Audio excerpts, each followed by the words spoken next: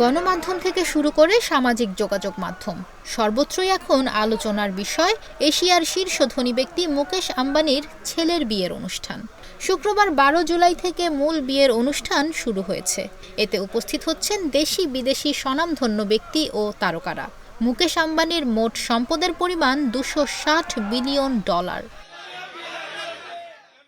40% বেশি গ্লো, বিশ্বের 1 নম্বর glow cream, নতুন গ্লো এন্ড লাভলি। এই হিসেবে এই রাজকীয় বিয়ে তেমন অস্বাভাবিক কিছু না হলেও সামাজিক যোগাযোগ মাধ্যমে লোকজন এর সমালোচনা করছেন। ভারতে ক্রমবর্ধমান বৈষম্যের মধ্যে এ বিয়ের অনুষ্ঠান আম্বানির ঐশ্বর্যকে প্রশ্নবিদ্ধ করেছে।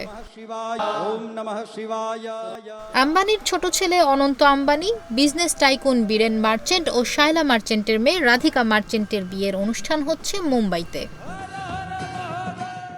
এই বিয়েতে অতিথির তালিকায় রয়েছেন ভারতের প্রধানমন্ত্রী নরেন্দ্র মোদি, কংগ্রেস নেত্রী সোনিয়া গান্ধী থেকে শুরু করে দেশের সব নামি দামি রাজনীতিবিদ। শাহরুখ, আমির, সালমানের মতো বলিউডের খান ত্রয়ী থেকে শুরু করে হালে রণবীর কাপুর, আলিয়া ভাটের মতো তারকারা বাদ নেই তারাও। আবার ক্রিকেট তারকাদের বাদ দিয়ে ভারতের যে কোনো উৎসবই অসম্পূর্ণ। তাছাড়া আম্বানি পরিবার নিজেরাই IPL ফ্র্যাঞ্চাইজি মুম্বাই ইন্ডিয়ান্সেরও মালিক। কাজেই রোহিত শর্মা ও তার বহু সতীর্থও থাকবেন আসর আলো করে। মাস চারেক আগে এই বিয়েরই প্রাক বিবাহ অনুষ্ঠানে গেয়ে গেছেন পপ তারকা রিয়ানা। গত সপ্তাহে সঙ্গীত অনুষ্ঠানে গাইতে দেখা গেছে জাস্টিন বিবারকে। মার্চেই প্রাক বিবাহ আসরে দেখা গিয়েছিল প্রযুক্তি সংস্থা মেটার কর্ণধার মার্ক জাকারবার্গ বা মাইক্রোসফটের প্রতিষ্ঠাতা বিল গেটসের মতো বিশ্ববিখ্যাত অতিথিদের। কিন্তু এমন রূপকথার মতো বিয়ে নিয়েও ভারতে তর্ক বিতর্কের শেষ নেই। অনন্ত রাধিকার বিয়েতে মুম্বাইয়ের ট্রাফিক বিধিনিষেধও বাড়ানো হয়েছে। এতে ক্ষোভ প্রকাশ করেছেন স্থানীয় জনগণ।